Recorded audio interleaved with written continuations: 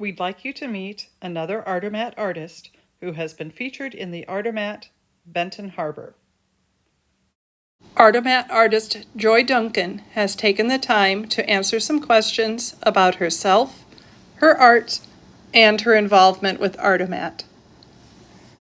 How did you get started with Artomat, and how long have you been an Artomat artist?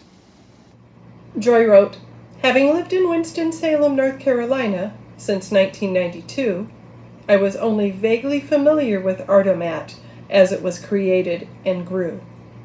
My creative outlet at the time was quilting and then scrapbooking. Then my creativity went stagnant for a while for various reasons.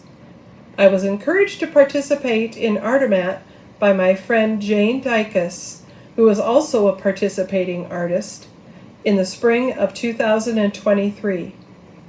After ordering my prototype kit and working through some ideas, I officially started being an Artomat artist in the fall of 2023 with my series Birds and Words.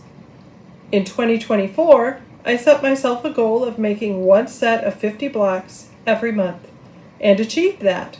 I have since done a few other series: neurographic art, sparkle cakes, and most recently, Vivid Chaos, though I don't do them as frequently as every month anymore.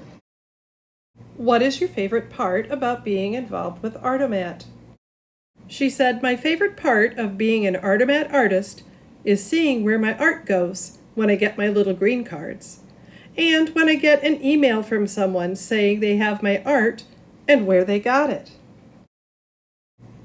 Where are you located, and does it influence your art?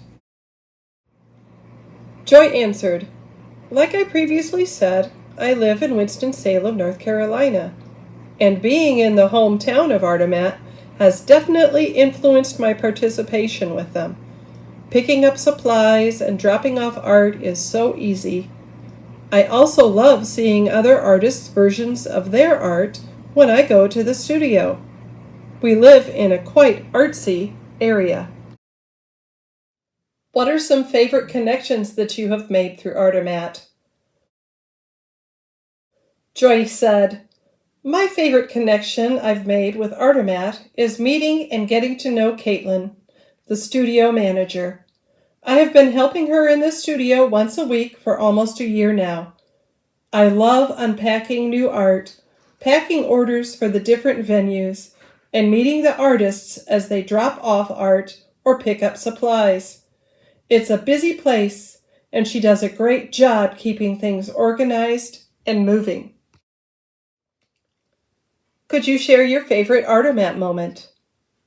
Joy answered, probably my favorite Artomat moment was last year, when they celebrated the almost 30 years of Artomat anniversary. They typically do this event every 5 years, but because the venue it's held in was going to be closed for renovations starting this year, it was held early at year 28.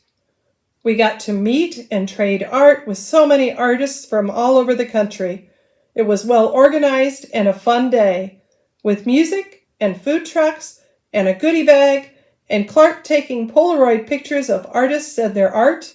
He does Polaroids because he's a retro guy. After all, he has repurposed the old cigarette machines into works of beauty and a new life. Thank you again to artist Joy Duncan for taking the time to answer some questions about herself, her art, and her involvement with Artomat, as well as sharing some wonderful photographs.